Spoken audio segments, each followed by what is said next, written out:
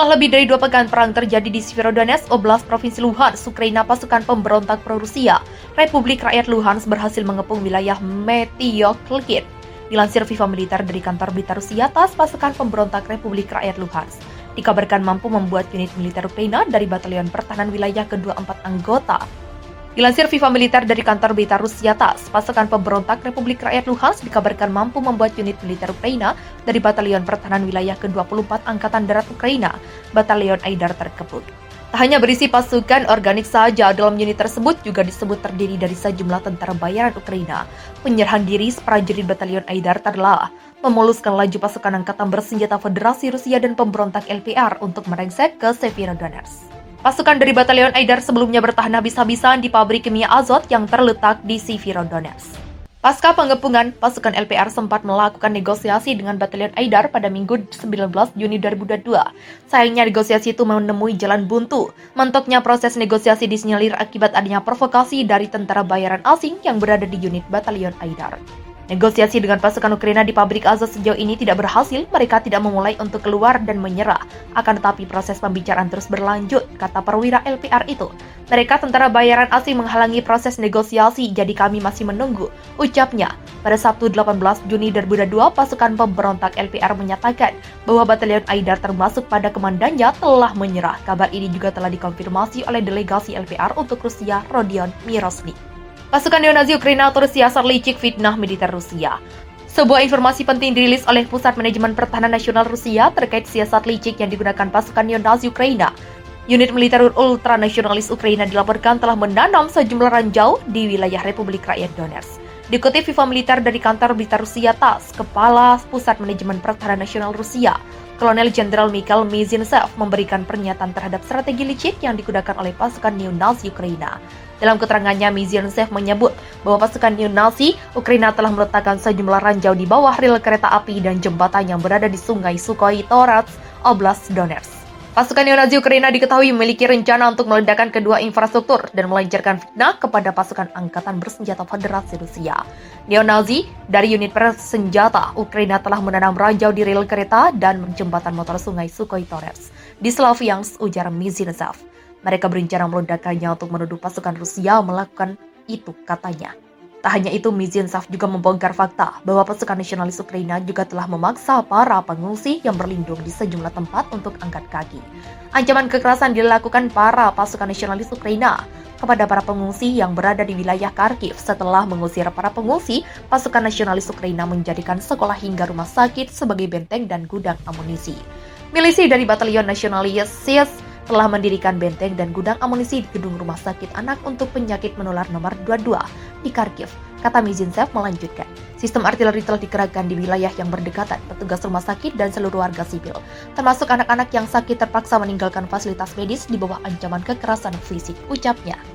Perang belum selesai, masalah Rusia dan Ukraina justru makin membesar dan melibatkan negara lain. Kementerian Luar Negeri Rusia menuduh Israel mendukung neonazi di Ukraina. Tudingan ini meningkatkan perselisihan jadi mulai sejak Menteri Luar Negeri Rusia Sergei Lavrov menyebut Adolf Hitler memiliki asal-usul Yahudi. Dilansir dari Reuters Rabu 4 Mei 2022. Israel mengatakan komentar Lavrov pada minggu lalu soal Hitler adalah kepalsuan yang tidak termaafkan yang mencoba minimalkan kengerian Holocaust, pembantaian 6 juta orang Yahudi Eropa dan kelompok minoritas lainnya oleh Nazi Jerman.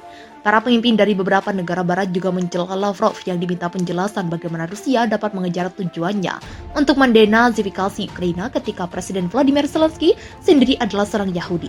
Zelensky menuduh Rusia telah melupakan pelajaran dari Perang Dunia Kedua. Perselisihan terbaru pun muncul ketika Kementerian Luar Negeri Rusia mengatakan dalam sebuah pernyataan pada Selasa 3 Mei bahwa komentar Menteri Luar Negeri Israel Yair Lapid adalah anti-historis dan menjelaskan secara luas mengapa pemerintah Israel saat ini mendukung rezim Nazi di Kiev. Moskow menegaskan poin Lavrov bahwa asal-usul Yahudi dan Zelensky tidak menghalangi Ukraina dijalankan oleh neonazi. Israel telah menyatakan dukungan untuk Ukraina setelah invasi Rusia pada bulan Februari. Namun Israel tetap berhati-hati agar tidak merusak hubungan dengan Rusia. Yang punya kuasa di Suriah, Israel juga awalnya menghindari kritik langsung terhadap Moskow dan belum memberlakukan sanksi formal terhadap oligarki Rusia, namun hubungan kedua negara semakin tegang. Usai Menlu Israel Lapid pada bulan lalu menuduh Rusia melakukan kejahatan perang di Ukraina. Setelah Kremlin mengklaim bahwa Israel mendukung Nazisme, saya hanya punya satu pertanyaan. Apakah ada negara non-Nazi di seluruh dunia dalam sudut pandang Rusia, kecuali Suriah, Belarusia, dan Eritrea? Tentu saja, Chief Nasihat Presiden Ukraina Mikhailo Podolyak yang menyebutkan negara-negara yang telah mendukung apa yang disebut Moskow sebagai operasi khusus di Ukraina. Usai mendeklarasikan penguasaan wilayah Luhansk, Presiden Rusia Vladimir Putin menyampaikan kepada seluruh pasukannya untuk merebut Donetsk. Putin berjanji akan membalas jasa para serdadunya yang berperang di Ukraina. Ia memuji militer Rusia dan pasukan Republik Rakyat Luhansk yang mampu menguasai Luhansk dalam waktu cepat. Pencapaian itu disebutnya perwujudan dari penguasaan tanah air rakyat Luhansk. Saya juga mengetahui bahwa mereka bertindak secara aktif dan benar, menunjukkan keberanian dan heroisme. Dalam arti langsung kata ini, mereka menunjukkan heroisme ketika membebaskan tanah air mereka. Jelasnya, Putin menyatakan Rusia berhutang terhadap prajurit pantang menyerah dalam perjuangan di Ukraina. Prajurit yang berprestasi akan mendapatkan kesempatan untuk mengajukan penghargaan. Saya mengucapkan selamat kepada Anda semua dan mengharapkan kesuksesan lebih lanjut. Terima kasih, pungkasnya. Menteri Pertahanan Rusia Sergei Shoigu menambahkan, pihaknya telah mencatat prajurit yang berhak mendapatkan penghargaan. Imbalan itu akan diperoleh setelah misi di Ukraina tuntas. Shoigu mengatakan Putin telah menganugerahkan gelar pahlawan kepada dua petinggi militer Rusia yang gugur di Luhansk. Keduanya adalah Mayor Jenderal Sadula Baksev dan Kolonel Jenderal Alexander Lapid. Shoigu mengatakan selama operasi militer khusus di Luhansk, sekitar 5.469 tentara Rusia tewas. Hampir separuhnya meninggal saat penyerbuan dua kota terakhir di Luhansk, yakni Lysychansk dan Severodonetsk. Menurut dia, operasi militer yang menargetkan Luhansk dimulai 19 Juni. Tentara Rusia dibantu LPR berhasil menjalankan misi tersebut. Dalam kerjasama dengan unit-unit Korps kedua dari milisi Rakyat Republik Rakyat Luhansk dan dengan dukungan kelompok tentara selatan, telah disukses melancarkan operasi untuk membebaskan wilayah Republik Rakyat Luhansk, tutupnya. Serangan Rusia meningkat, warga Ukraina di Donetsk diminta pergi selamatkan diri. Gubernur Donetsk Pavlo Kirilenko meminta warga sipil yang masih berada di Provinsi Donetsk, Ukraina segera pindah. Mereka diminta pergi menyelamatkan diri karena serangan Rusia di Donetsk meningkat. Selain itu, jika warga telah dievakuasi, tentara Ukraina akan lebih mudah membantu gerak maju pasukan Rusia. Saat ini diperkirakan ada sekitar 350.000 warga sipil yang masih bertahan di Donetsk. Serangan artileri di Sloviansk, kota Sloviansk di Donetsk diserang oleh artileri Rusia pada hari Selasa 5 Juli.